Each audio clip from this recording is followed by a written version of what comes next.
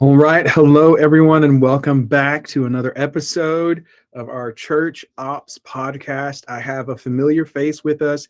He's joined us for a few of our podcasts.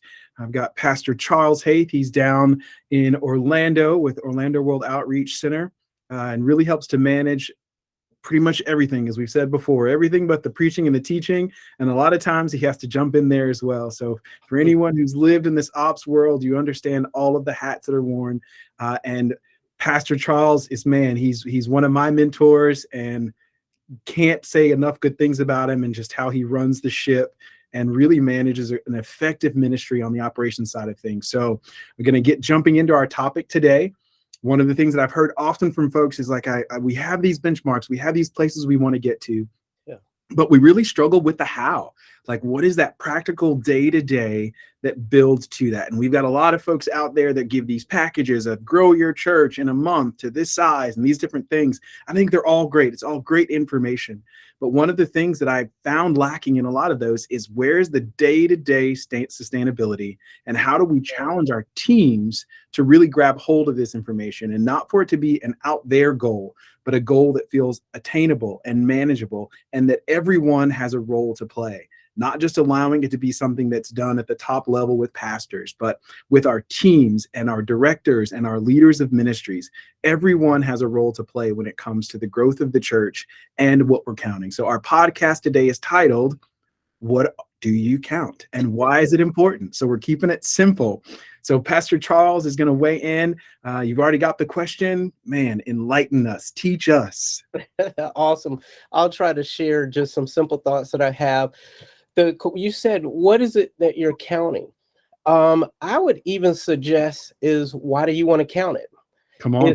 It's going to be a catch-22, really. It's almost like working out. So if I want to lose weight and I'm lifting weights, I'm going to lose inches, but I'm going to gain muscle. So in essence, I'm going to look fit, but I'm not going to drop any weight. If I'm just concerned about losing weight, I'm not going to touch any weights, and I'm going to lose weight, but I'm not going to look strong. So at the end of the day, you have to ask yourself, your church, your ministry, what's really important to me? One church may look at small groups. One church may look at the number of people in small groups.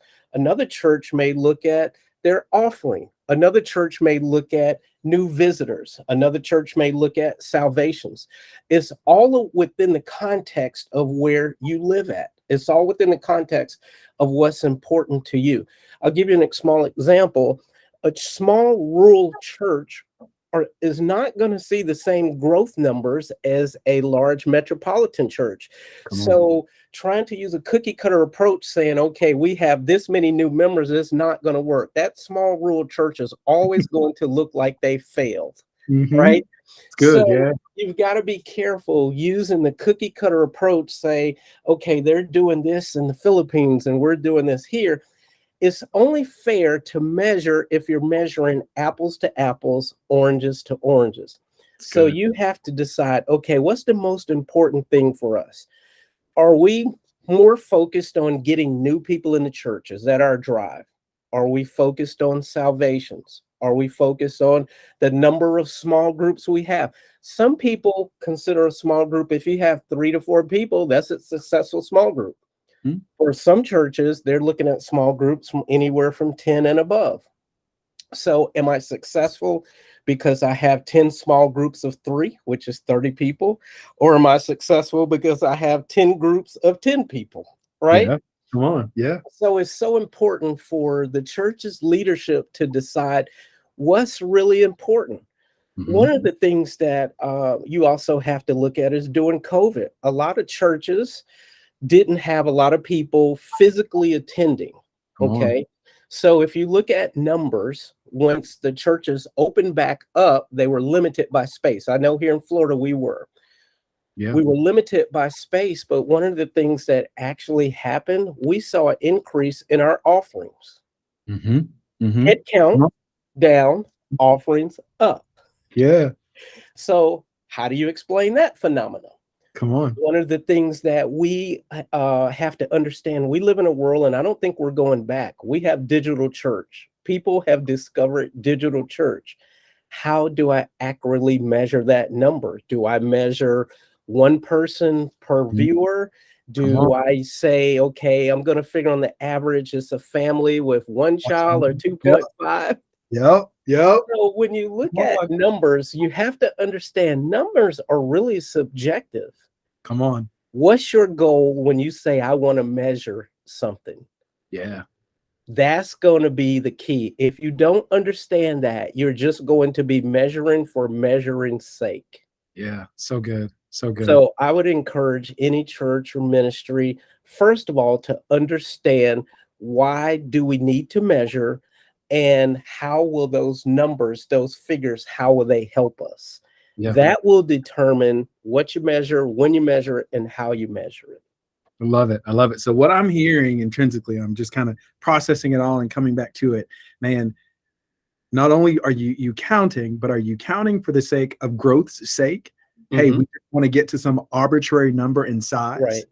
Or are we really looking at it and asking the question, what is the vision of this church? Mhm. Where do we want to be as a church, and why? And Exactly. allowing that to drive the energy and what you're counting. Why is it important? So when we think about these cookie cutter, hey, grow your church, if you Mhm. haven't stopped and asked the question of, why do I want to grow this church? Is it simply to have more seats, more people in the seats?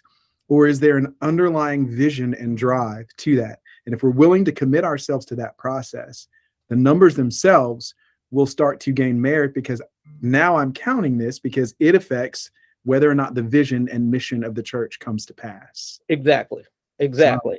I love One it. number that every church should be counting is salvations. Come on. Amen. Because if souls aren't being saved, are we as effective as we could be? Yeah. Once again, those numbers will be based upon where you're at. Yep. Okay. My church, if not my church per se, but if I'm a large metropolitan church in a large city, if I only have 2 salvations in a 3-month period, that may say that my church is ineffective. But if Yeah. I'm a small rural country church and I have 2 salvations in a 3-month period, hey, we're on fire, Come on. right? Come on. Yeah. We're Yeah. on fire. So you have to, once again, look at your surroundings, look at your ability to do outreach. Yep. You have to look at if your people are even trained to do outreach. Mm-hmm. Because if I'm measuring salvation and evangelism is not in my church DNA, those numbers are never going to grow. It's good. That's My good. church numbers may grow by church transplant. So I don't want to just look at new members. I Come want to on. look at salvations. I can have 100 new members, but if only one of them is salvation, that means people just transfer from one church to another. Yeah. Yeah. So once again, you've got all of these numbers are subjective, but one of those numbers you have to look at: how many salvations and baptisms did we record? You always want to keep your pulse on that. That's so good. Always. Agreed. Agreed. That's Some why we're here. churches look at their life groups. Mm-hmm. You can have 1,000 people coming to church, but are they only coming on a Sunday for an hour and they're gone and nothing happens? People look at their life groups and they say, okay, let's say we have 1,000 people, but we've got 400 that are active, they're involved, they're learning. Okay. Do I want Yeah. to measure that? Do I Mm-hmm. want to see how many people are coming in on a given Sunday, or do I want to see how many people are continuing in the discipleship process, which is what we call life groups? So once again, each leader has to determine which metrics are important to them, and then you go about measuring. I think sometimes we get discouraged because we try to take a cookie cutter approach. Yep. This worked in the Philippines, but I don't Yep. understand why it's not working in my city. Come on. Every Yep. city's culture is different. It's Yeah. different. And I believe that church leadership has to stay in prayer and ask God for the keys to reaching their local city. Now, Come that on. doesn't mean that you can't glean information, but it also means that you can't take their plan down and just lay it on top and expect to have the same results, because you don't have the same dynamics that they have. Yeah. So good. And once people get past that, I think you're on your way to discovering your particular set of codes to unlock the missional objective. Come on. I love that. I love that. That idea of just, man, there is a specific DNA, a specific code that you have to unlock for your church really to go where it needs to go. And I think Mhm. that follow-up question that comes right along with it, which I know I immediately jump to it, and any of our ops people, any of our Right. administration people immediately go, I love that. So how do I keep track of that information? What are those practical systems that you Right. incorporate in order to hold on to that information and hold Okay. on to that data? Well, I would recommend every church, if you're not already doing it, one, you're definitely going to get a head count of where Good. you're, the number of people that you have, the number of children that you have. Yep. You do that, one, to see if you are actually growing. Mhm. Whether you have adequate space or you're hoping to build, these are numbers that you will need to talk to your lenders. Just simple growth. Are we growing? You're not at this point. You're not really zeroing in, drilling down to, okay, how many were church plants? How many were new salvations? You're just looking at numbers just for the sake of space, period. And then you want to drill down. How many of these numbers are new numbers? One of the best ways you can do that is look at, well, it all depends once again on your church. What Yeah. type of giving platform do you have? Yep. Yep.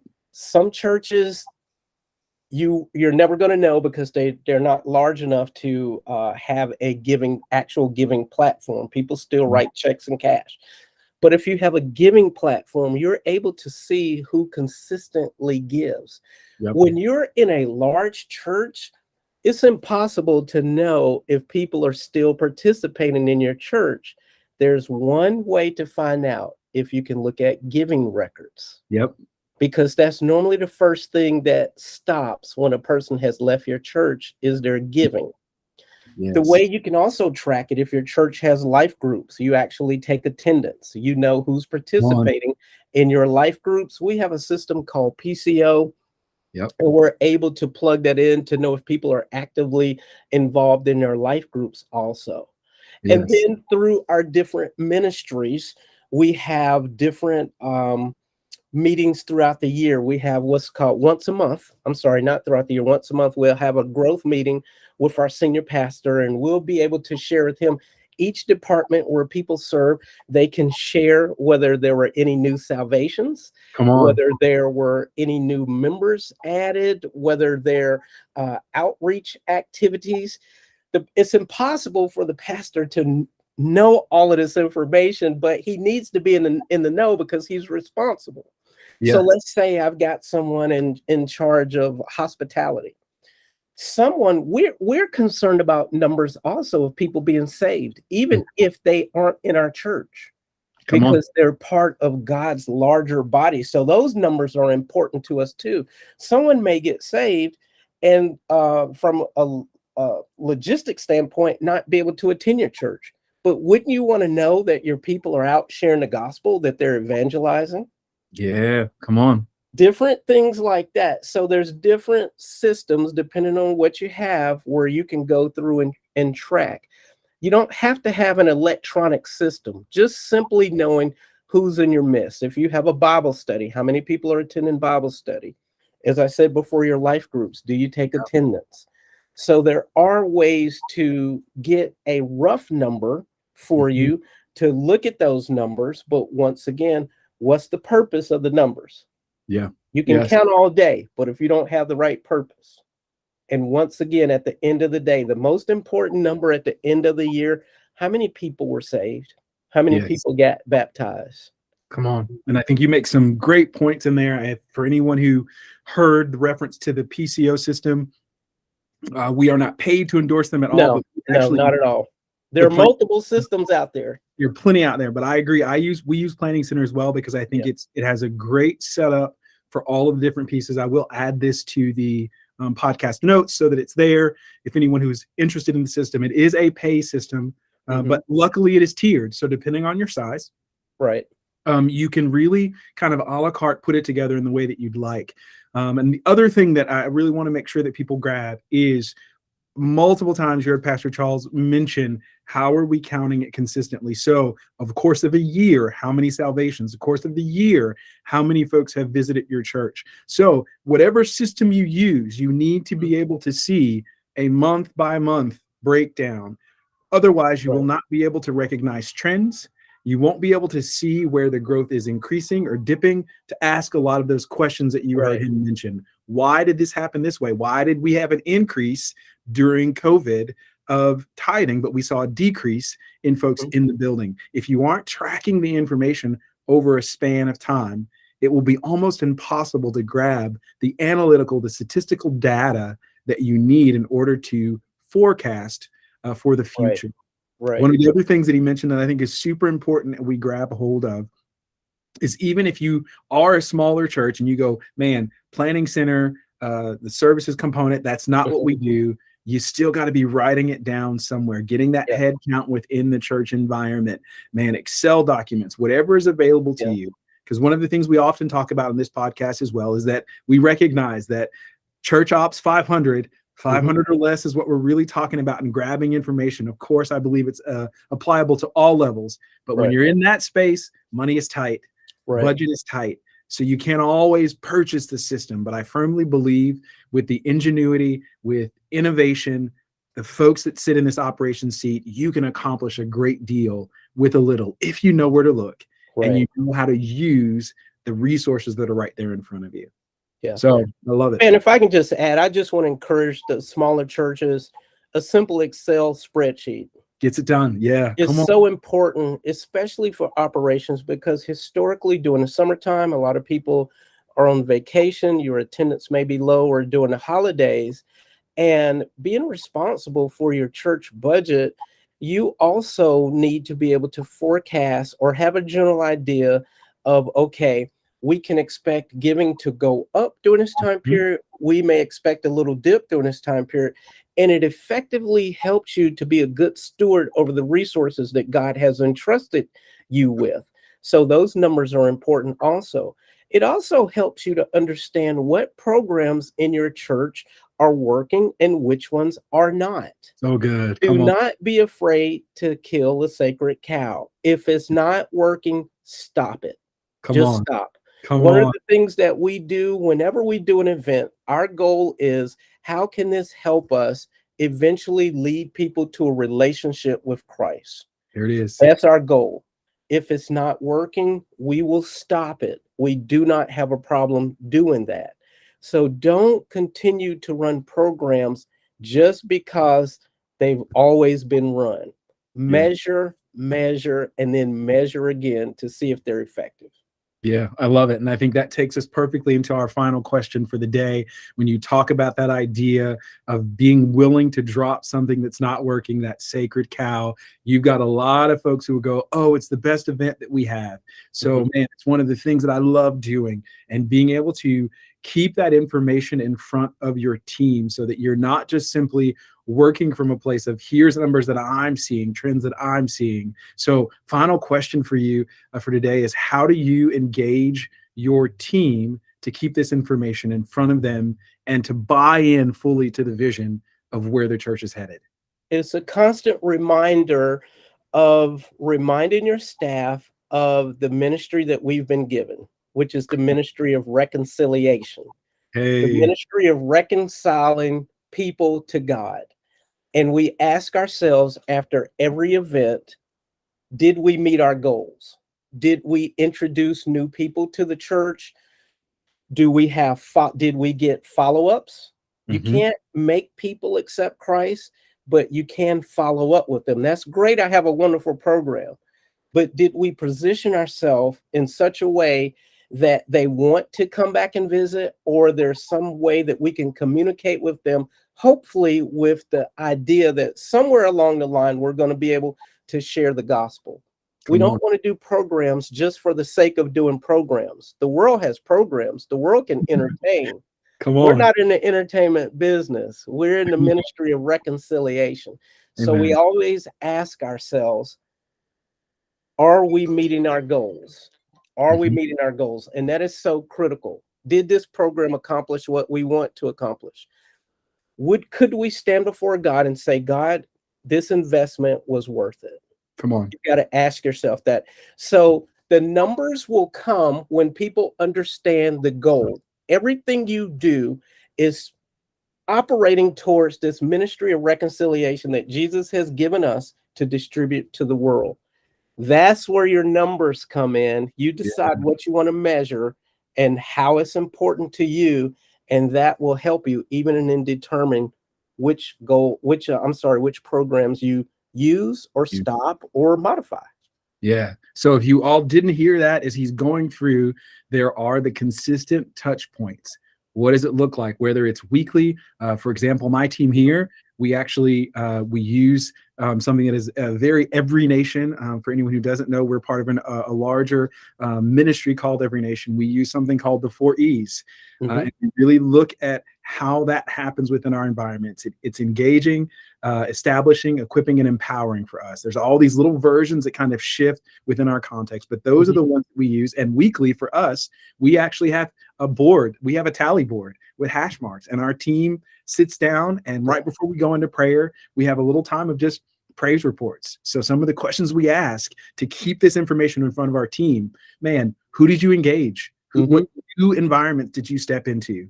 And we allow our team to tell stories, and it does multiple things. One, it makes sure that we keeps the information in front of us, but it also provides really great opportunities to influence our team. Because if I've got somebody who's sitting in that room on a regular basis who has nothing to say, and their friend sitting beside him every day has a new engage, a new equip, a new story of empowering people to do ministry, it becomes really uncomfortable to be in that room every week and not have something to share, because it's in front of you over and over again.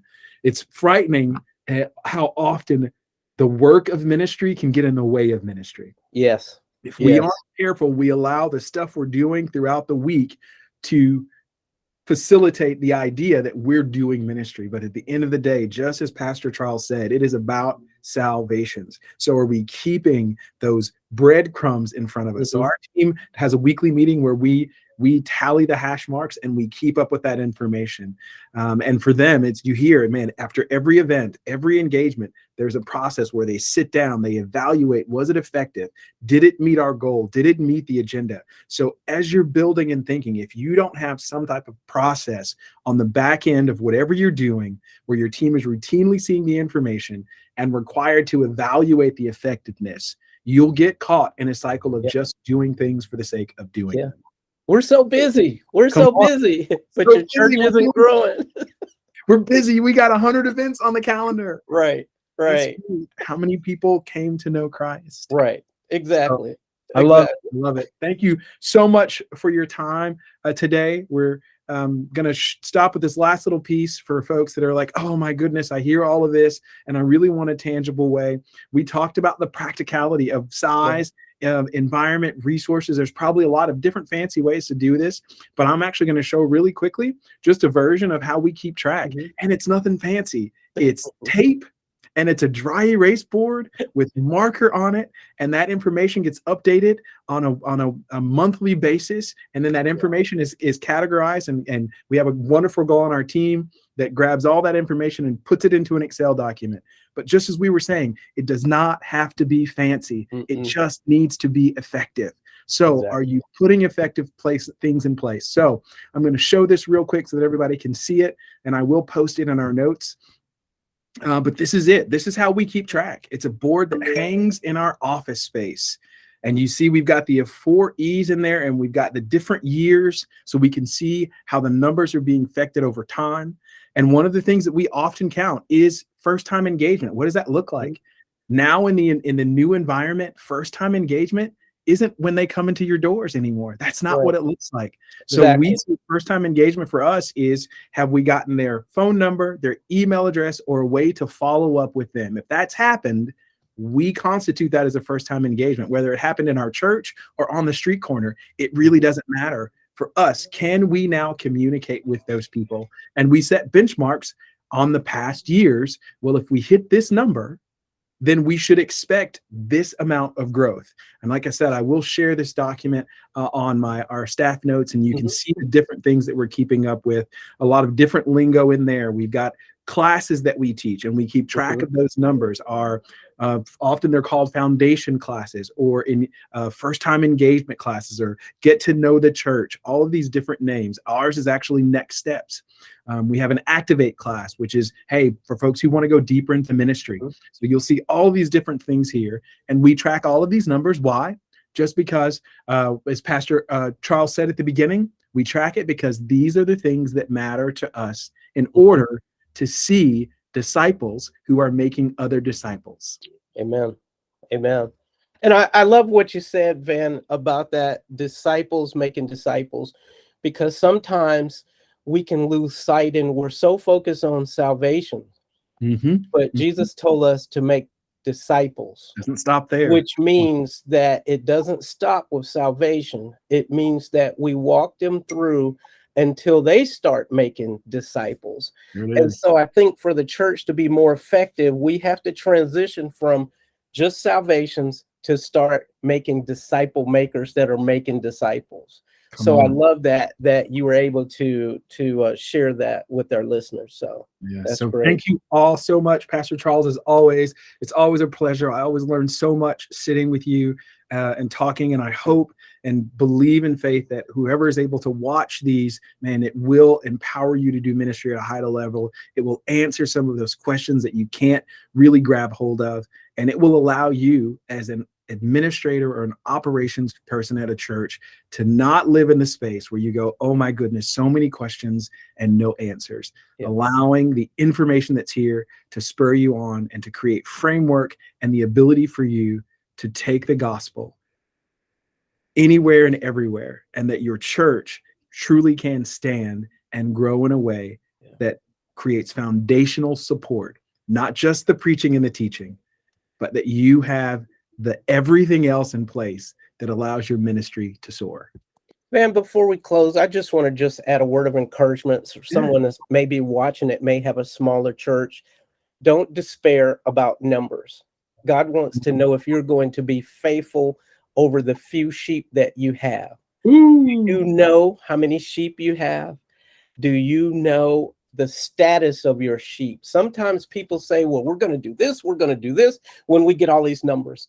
Sometimes God just wants to see if you're faithful over the few sheep that you do have before he adds to the flock. So take care of your sheep well.